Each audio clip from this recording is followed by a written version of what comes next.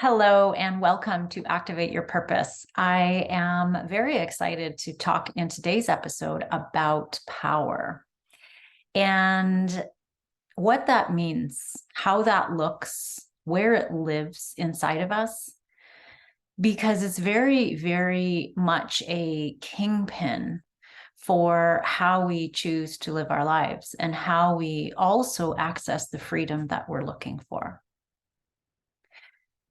So, as humans, we have been trained to give our power away. We always hear these expressions of take back your power, stand in your power, you're giving your power away, don't do that. Reclaim your power. And these expressions are expressions and cliches for a reason because they're very powerful. Yet we don't truly know what that really means. What does it mean to reclaim your power? And in order to really unpack this, let's look at where our power goes. Where have we given our power in our lives?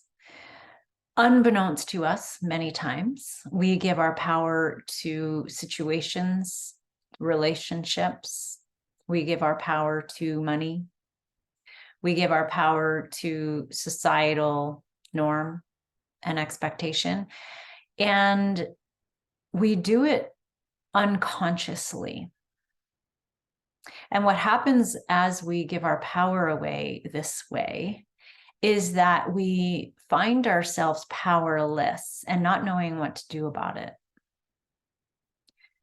The power that you are really desiring to reclaim, take back, stand in, is not a power that's external to you. It's a power that is within. It's a power that is internally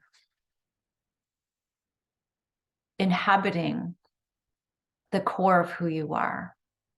It is a divine power. It is a kind of power that when you reclaim and come to be at peace with, nothing externally will have power over you. And as you take a look at where your power goes and where you've distributed your power in your life, there is so much to be revealed there. So have a look at, let's start with relationships. Is there a relationship or relationships in your life where your power has been given, where your power lies, where you have a dynamic inside the relationship where you are constantly trying to please, constantly potentially tiptoeing around, walking on eggshells, editing yourself so as not to upset the other, flying off the handle in anger, in reactivity because of the dynamic, and a host of other things. Are there relationships in your life where you don't have the power within you to stand still and in your own sovereignty and in your own self-authority and capacity to see the dynamic as the illusion that it is? See the dynamic as the codependent dynamic that it is. And when you're returning your power to yourself, there is a call out for you to first become aware of the dynamic, first see it for what it is. And once that's been revealed and brought from the subconscious into your consciousness, and you see yourself enabling, or you see yourself editing or censoring yourself, then that awareness is enough to precipitate change.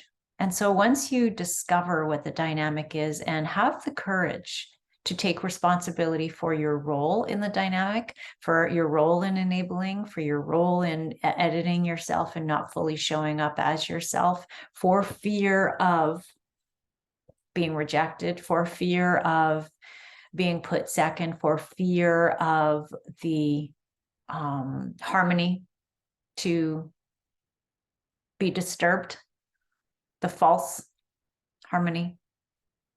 disturbed in this false power construct within the relationship. When you become aware of that, then you can really see and witness your own role and take your own responsibility and choose to take your power back, choose to reclaim your power. How do you do that? How do you reclaim your power in a situation where you have given your power away? By first becoming aware of it, and then secondly, seeing the places and spaces inside the relationship where you can make a different choice. So for instance, if you have been saying yes when you really mean no to something, to someone, and you become aware that that's what you've been doing to support this false power dynamic, then that awareness gives you a beautiful opportunity and an open door to choose, because awareness is choice.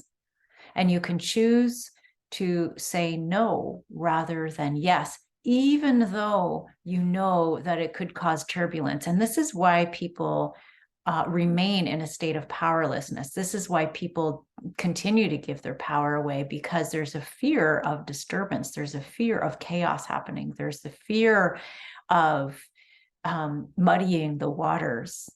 There's the fear of being rejected. And so it requires a lot of courage to take your power back. And one of the things that I suggest is exactly this, is to pinpoint and break it down into small, manageable pieces, and start with one piece. Start with one area of your life that you see you have placed the power in the hands of a situation or a person. And therefore, as a result of placing your power outwardly like that, you have become small. You have been playing small. And choose one area, one relationship, one piece of your life where you want to really take a good look and examine your role in this. And when and as you examine your role in this dynamic, be aware of whether or not you blame yourself for it or feel guilty for having done so. And if you become aware of that, give yourself grace. Grace to know that you are a human evolving into the best version of yourself. And in order to do that, the courage that it requires to undo the ways in which you have been contributing to the toxicity, to the false power dynamic, is the first step. And rather than blaming yourself or feeling guilty about it or feeling bad that you've been doing this for so long, because typically it's something that has become habitualized over the course of years and years. It's a relationship dynamic that has perpetuated over the years, because both people in their own way are placing power in the hands of something external. You're only responsible for your part in it. So don't, be cautious of not blaming yourself or feeling bad about it, but instead give yourself grace and acknowledge that you are now willing to admit it. You are now willing to take responsibility for it. You are now tapping into courage to do something different, to choose something different. So first is the awareness. And then on the heels of the awareness, to check in, give yourself grace. And on the heels of that, to choose differently. One small choice at a time leads to another, to another, to another. Say no if you mean no, no matter the response or the reaction. Be willing to say no and stand firmly in your no without justification.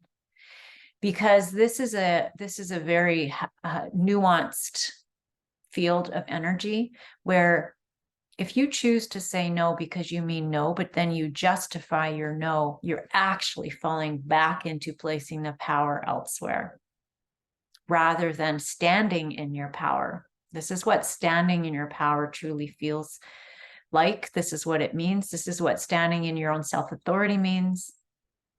It means to truly stand in a place of being very clear on your no, and knowing that you have your own reasons for your no, and being brave enough to have that be enough, and find this place in yourself of self-compassion where you can really empathize with yourself and say, no, because I don't feel like it. No, because this isn't right for me. No, because I'm changing. No, because I'm taking my stance. I'm taking my power back. And not needing to justify it to the other person is the next level of taking your power back. And when you begin to do this in one area of your life, you will also empower yourself. And the more you empower yourself to take your power back this way, the more you give power to your own system, your own sense of self will begin to shift and change and evolve and expand. And it's not easy, yet it's also not easy to be small and to be willing to play small because you've given your power away. So are you willing to tap into this courage to take your power back, to reclaim your power, and to tune in to the internal power of you, the internal power of who you are, the internal divine power that supports and protects and loves you and provides for you. Because every time you return your power to yourself, you are reconnecting with the highest in yourself and reconnecting with the divine power that is you. And you're building and cultivating a beautiful relationship with the divine that you were separated from the minute you gave your power away. And this started a very long time ago. This is how we're trained as humans from childhood. And there's a lot to be said about this. There's a lot of conversation about this. And I want to leave you with the invitation to ask yourself, do you desire a more intimate relationship with yourself? Do you desire self-knowing, self-connection, self-appreciation, self-acceptance? Do you desire to be who you are?